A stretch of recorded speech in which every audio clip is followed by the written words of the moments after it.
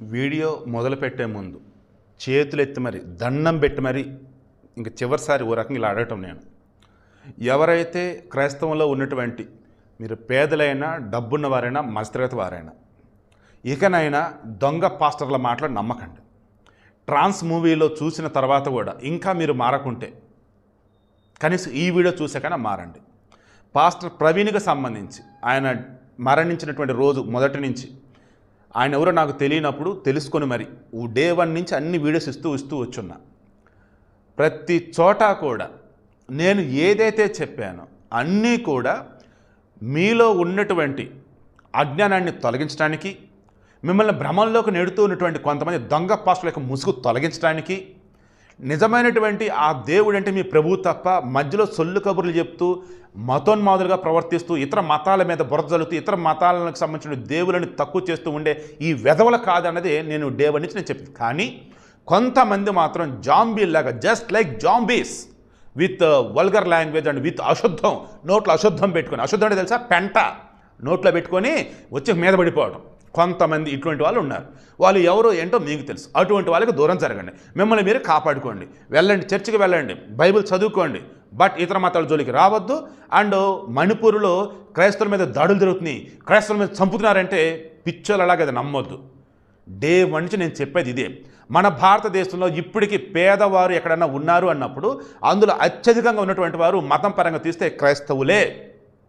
ఎందుకంటే ఈ పేదవారిని మతం మార్చుతూ, ఈ పేదవారిని ఏకంగా అది ఇది అంటూ ఆశ చూపుతూ వీరిని ఒకరిగా ట్రాన్స్లోకి పట్టుకెళ్ళిపోయి ఆ క్రైస్తవానికి తగ్గట్టు వాడుకుంటూ అన్యాయంగా ఈ దేశంలో అల్లరి సృష్టించడం కావచ్చు, లేదన్నప్పుడు ఓట్ బ్యాంక్ రాజకీయాలు కావచ్చు, ఇక ధర్నాలు, నిరసనలు, ర్యాలీలు, ఇక 1,00,000. ఎందుకు ఇప్పుడు అంతా చెప్పాను? పాస్టర్ ప్రవీణ్ విషయంలో ఈ జర్నలిస్ట్ శివప్రసాద్ చెప్పినటువంటి ప్రతి మాట నిజమైంది. చూసారని చెప్పింది నిజమైంది అని సాడిస్ట్ కాదు నేను చెప్తుంది. బాధ్యతాయుతంగా పోలీసులు చెప్పిన దానిని నేను క్రాస్ చెక్ చేసి ఒక జర్నలిస్ట్గా మీకున్నటువంటి అపోహలు తొలగిస్తూ బయట అనుమానాలంటూ హడావుడి చేస్తున్నటువంటి వాళ్ళు ఎవరైతే ఉన్నారో వాళ్ళ జోలికి పోవద్దు, వాళ్ళని నమ్మొద్దు అంటూ హత్య అంటూ నిరసన చేస్తూ ఏమంటారు శాంతి ర్యాలీలు అంటూ కంపరం పుట్టిస్తూ ఎవరైతే చేస్తున్నారో వాళ్ళ దరిదాపులకు మీరు పోవద్దంటూ నేను ఏదైతే చెప్పున్నానో అదే ఈరోజు నిజమైంది. కొన్ని వీడియోలు నేను ప్రైవేట్ చేసి పెట్టా పాస్టర్ ప్రవీణ్కి సంబంధించేసి. అన్ని వీడియోలు నేను మరల ఇప్పుడు పబ్లిక్ చేస్తున్నా. ఎందుకంటే అందులో చెప్పిన ప్రతి మాట ఈరోజు నిజమని ప్రూవ్ అయింది. ఎవడెవ్వడు ఏ రకంగా బెదిరించారంటే, ఏ రకంగా వాగారంటే 2024 ఎన్నికలకు ముందు రేపు వైసీపీ గవర్నమెంట్ వస్తే నీకు ఉండిద్దురు అంటాడు ఒకతొచ్చింది అది ఎవతో కానీ ఆడదాని పేరుతో వచ్చింది, పచ్చి బుద్ధులు ఎడుతూ కామెంట్ పెట్టింది, నీ కొందరా ఎదురెదురంటు. అసలు నేను ఒక్క బూతు మాట్లాడలేదు. ఉన్న విషయం ఇది అభివృద్ధి చేస్తానని చెప్పేసి జగన్మోహన్ రెడ్డి అభివృద్ధి చేయలేదు, 3 రాజధానులని చెప్పేసి 3 ఇటుకలు వేయలేదు, జాబ్ క్యాలెండర్ అని చెప్పేసి జాబ్ క్యాలెండర్ ఇవ్వలేదు, అండ్ సిపిఎస్ రద్దని చెప్పేసి అది చేయలేదు. అసలు ఏ రూపేనా కూడా పరిపాలన అంటే ఇది కాదండి. మరల ఇటువంటి జగన్కి ఎలా ఓటేస్తారు, జగన్ తప్ప మీకు నచ్చిన వాళ్ళకి ఓటేయండి అని చెప్పా. దానికి గాను అసలు ఏ రేంజ్లు అంటే అప్పుడు నాకు అనిపించింది వీళ్ళంతా ఒక బ్యాచ్, వీళ్ళ పనల్లా బూతులు తిట్టాలి, కామెంట్లు పెట్టాలి, మంచి వీడియోలు చేసే వారి మీద పడిపోవాలి, వారిని ఆ వీడియోలు ఆపించాలి.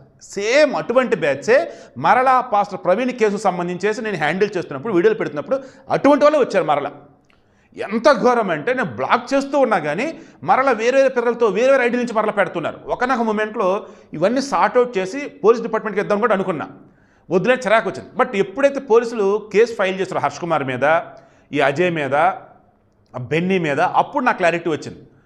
ఈలోపు నాకు పోలీస్ డిపార్ట్మెంట్ నుంచి అఫీషియల్గా ఒక కాల్ వచ్చింది, శివప్రసాద్ గారు మీరంతా చెక్ చేస్తాం, మీరు ఉన్నట్టుగానే ముందు వెళ్తున్నారు కాబట్టి గో హెడ్, అండ్ ఎవరైతే అబద్ధాల ప్రచారం చేశారో, ఎవరైతే హత్య అంటే హడావుడి చేశారో వాళ్ళందరూ లిస్ట్ అవుట్ చేసుకున్నాం, అందరూ కూడా ఖచ్చితంగా త్వరలో బహుమతి ఇద్దామని చెప్పి కూడా అన్నారు. ఓకే అండి, అట్టయితే ఇప్పుడు నేను మరలా కేసు ఫాలోఅప్ చేయను అన్నారు. ఓకే అండి గో హెడ్ అన్నారు, బట్ రీచెక్ చేసుకోండి అండి అన్నారు. అలా రీచెక్ చేసుకున్న తర్వాతనే పాస్టర్ ప్రవీణ్ అనబడే వ్యక్తి ఏ రకంగా ఆ రోజు ఇంటి దగ్గర 11ంటికి బయలుదేరాడు. ఆయన ఇల్లు కూడా ఇక్కడ నేరేడ్మెట్, మా ఇంటి దగ్గరే, మా దేవస్థాన నగర్, ఓకేనా, హైదరాబాద్లో. నేరేడ్మెట్ జస్ట్ మాకు ఎంత 2 కిలోమీటర్స్ ఉంటుంది. అండ్ ఆయన ఇంటికి నియర్ బైనే రాచకొండ కమిషనరేట్ అనేది ఉంటుంది. సరే పాయింట్ ఏంటి, ఇప్పుడు ఆయన ఇంటి దగ్గర 11ంటికి అలా బయలుదేరాడు. ఆ బైక్ ఏదైతే ఉందో ఆ బైక్తో, ఎందుకంటే ఆయనకి ఆ రాజమండ్రి వెళ్ళిన తర్వాత అక్కడ చాలా పనులు ఉన్నాయంట. సో బైక్ అక్కడ పెట్టుకొని ఆ తర్వాత పనులన్నీ చూసుకొని రిటర్న్లో కూడా బైక్ మీద కాకుండా బైక్ ఆడే వదిలేసి వస్తాడు. ఎంత పనులు ఏముండి ఏంటంటే బైబిల్ కాలేజ్ ఒకటి అక్కడ వాళ్ళు స్టార్ట్ చేయబోతున్నారు, అంటే కన్స్ట్రక్షన్. దానికి సంబంధించిన స్థలం రిమైనింగ్ అన్ని పనులు వచ్చేసి ఆకాష్ అనే వ్యక్తి చూసుకుంటున్నాడు. ఈ వెల్డింగ్ పనులు అవన్నీ అని చెప్పేసి జాన్ అనే వ్యక్తి చూసుకుంటా ఉన్నారు. వాళ్ళకి ఆ రోజు కాల్స్ వెళ్ళాయి. అండ్ ఇతని భార్య జెస్కా, ఆమెకు కాల్స్ వెళ్ళి ఉన్నాయి. తర్వాత మధ్యలో వచ్చేసి సవేరా వైన్స్ బెల్బీ నగర్, అక్కడ మందు షాప్లోకి వెళ్ళినాడు, పేమెంట్ చేశాడు, మందు తెచ్చుకున్నాడు.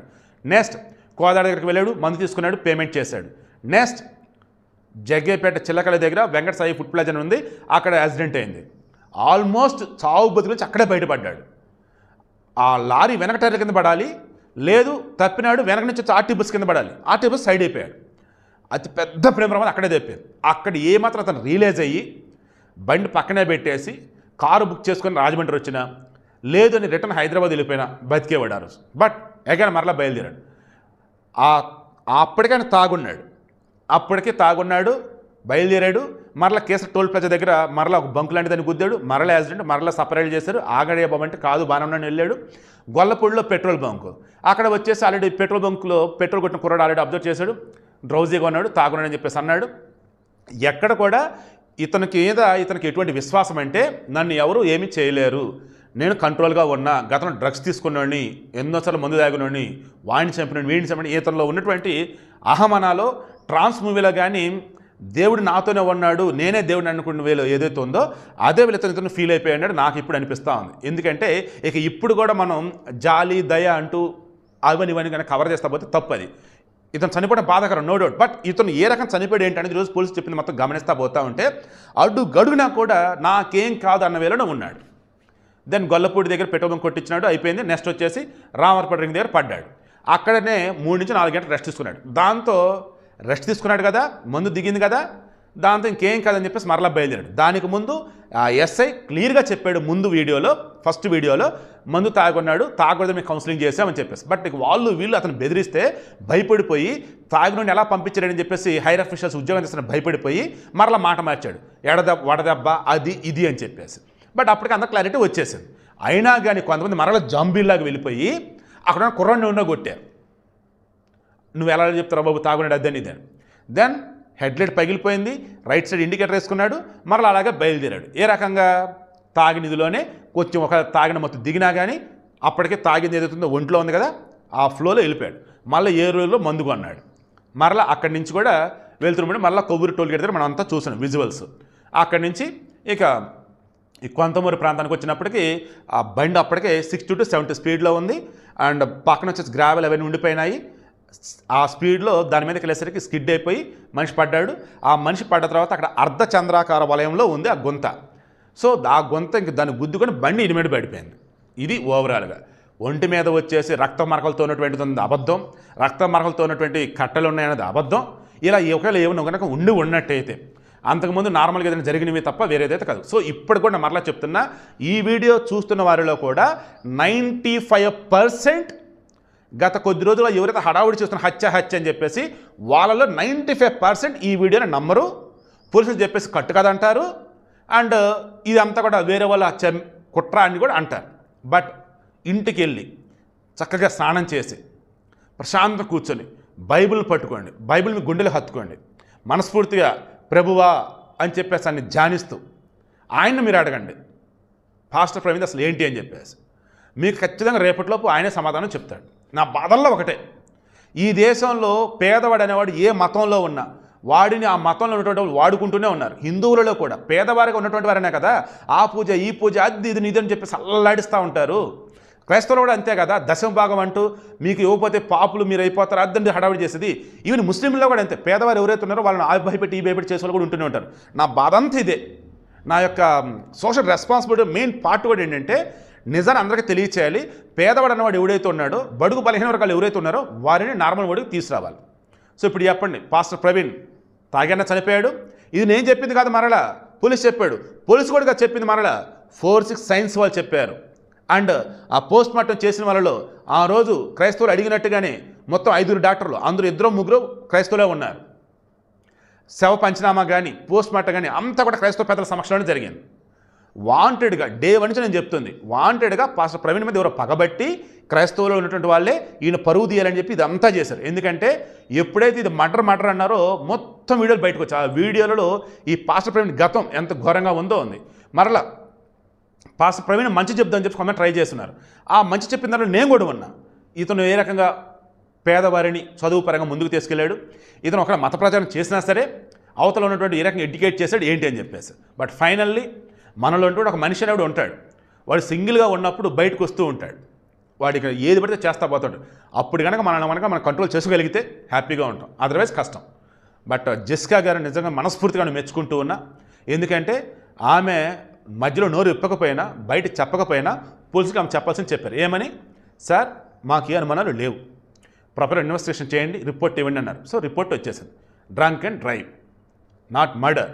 మర్డర్ అంటే ఎవడైతే హడావుడి చేశాడో అది ఉంది ఇది ఉందని వాడు పిచ్చాడు, అక్కడ యూఎస్ నుంచి ఒకటి తగిలాడు. కోతి కొబ్బరి చెప్ప దొరికినట్టుగా యూట్యూబ్ ఛానల్స్లో ఆయన దొరికాడు. అడ్డద్దడంగా చేసుకుంటా పోయారు. ఇంతమంది చంపారు అంతమంది చంపారు, అన్ని కోట్లు సూపర్ ఇన్ని కోట్లు సూపర్ అని. సో వీడియో క్లోజ్ చేస్తున్నా. ఈ టాపిక్ ఒకటితో ఎండ్ అయిపోయినట్టే. ఇక మీదట బాబు ఈ మత పిచ్చితో వాళ్ళని తిట్టుకుంటూ వీళ్ళని తిట్టుకుంటూ అది చేసి ఇచ్చేసి హడావుడి చేసే వాళ్ళు ఎవరైతే ఉన్నారో నేను వాళ్ళని ఎంటర్టైన్ చేయదలుచుకోవాలి, నేను వాళ్ళ పెద్దవాళ్ళని చేయదలుచుకోవాలి. ఎందుకంటే ఈ పాస్టర్ ప్రవీణ్కి సంబంధించిన ఏంటి ఆ టాపిక్ హ్యాండిల్ చేస్తున్న మూమెంట్లోనే ఒరే బాబు ఎన్ని వీడియోలు ఎన్ని కథలు నాకు పంపిన లింక్స్ ఇవన్నీ చూస్తే మతం ముసుగులో పబ్లిసిటీ కోసం కొంతమంది ప్రాకులాడుతూ ఉన్నారు.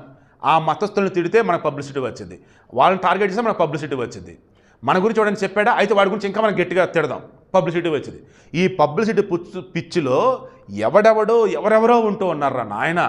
నాకైతే కంపరం పుట్టింది. ఛీ ఈ లేఖి గాళ్ళ గురించి నేను మాట్లాడానా, ఛీ ఈ రోతగాళ్ళ నా గురించి మాట్లాడారా, చిచ్చని ఇలా దులిపేసుకున్నాను. నిజంగా మీరు ఏ మతమైనా సరే మానవ సేవే మాధవ సేవ అని తెలుసుకోండి. మీరు సాటివాడికి సాయం చేస్తున్న దానిలోనే దేవుడు అనేవాడు ఉంటాడు. అది మీరు నమ్మే ఏ దేవుడైనా ఉంటాడు. అవసరం ఉన్నటువంటి వాడికి ఏదైతే కావాలో అది మీ దగ్గర ఉంటే సాయం చేయండి, మళ్ళీ అపాత్రదానం చేయకండి. సో వీడియో క్లోజ్ చేస్తున్నా. ఇంకా కూడా మతం మత్తులో బానిసత్వంలో మునుగుతున్నటువంటి ఎవరైనా సరే బయట కనుక పడకపోతే మిమ్మల్ని ఇంకా ఇంకా ఇంకా దారుణంగా వాడుతూనే ఉంటారు మీ మత పెద్దలు, వాళ్ళు ఎవరైనా ఏ మతమైనా. పాస్టర్ ప్రవీణ్ ఆయన ఆత్మక శాంతి చేకూరాలి. దేవుడు అన్ని 2 సార్లు కాపాడాడు, 2-3 సార్లు హెచ్చరించాడు. అయినా సరే పాస్టర్ ప్రవీణ్కి ఆ రోజు ఇంకా చావు రాసి పెట్టి ఉండటమే ఆ మనిషి ఆ రకంగా మూర్ఖంగా వెళ్ళడం జరిగింది. బట్ జెసికా గారిని తలుచుకుంటే చాలా బాధేస్తుంది. సిస్టర్ జెసికా, మీకు ఆ ప్రభు అండగా ఉంటాడు. మీరు మనస్ఫూర్తిగా ఏదైతే చేద్దాం అనుకున్నారో ఆ రకంగా అడుగు వేయండి, సక్సెస్ కావాలని మనస్ఫూర్తిగా కోరుకుంటున్నాను.